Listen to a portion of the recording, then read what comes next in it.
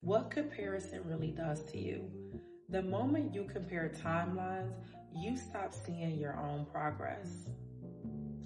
We've gotten into the habit of measuring ourselves against people who are on completely different journeys, with different goals, different timing, and on different assignments. And because of that, we actually start convincing ourselves that we're actually behind, even when we're actually growing. The reality is, comparison not only steals your gratitude, but also the beauty of your progress. And social media makes this worse because we compare our everyday reality to someone else's curated Instagram highlight. But here's the thing about social media.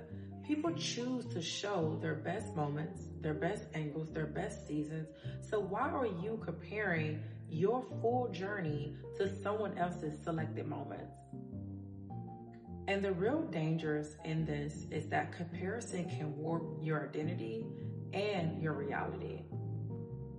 You stop chasing what fits you and actually start chasing what fits them.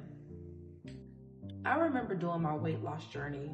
I would follow so many fitness pages at the time, and I would say to myself, why am I not losing this amount of weight in this amount of time?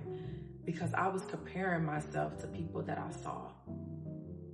I felt discouraged, I felt behind, and I felt like a failure. But when I took a step back and analyzed things, me and that person didn't have the same goals. We didn't even have the same body. We didn't eat the same. And we didn't even have the same outlook on how to lose weight, right? And once I realized that, it brought me back into my current reality.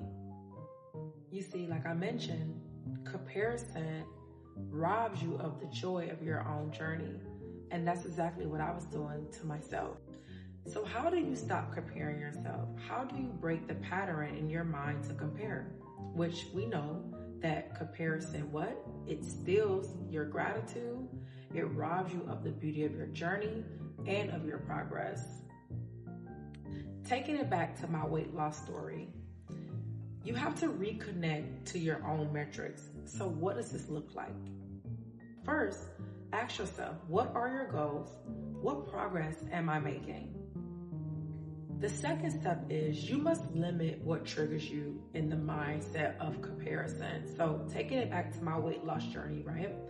I actually had to unfollow all of the weight loss pages that I was following at the time. And you don't have to go through something that extreme and unfollow people. But for me, it kept me in this, well, if they lost 30 pounds in 30 days, then what am I doing wrong? So make sure to limit what's triggering you into that comparison mindset. Just because I went to the extremes of unfollowing people, whatever it is that triggers you, you don't have to do things of that nature, but you do need to create a good distance between the trigger and yourself. When you create that mental distance from the trigger, you break out of that comparison mindset that is stuck on you mentally. And the third and final step to break out of this, you have to measure your progress against your past self. Taking it back to my weight loss journey, right?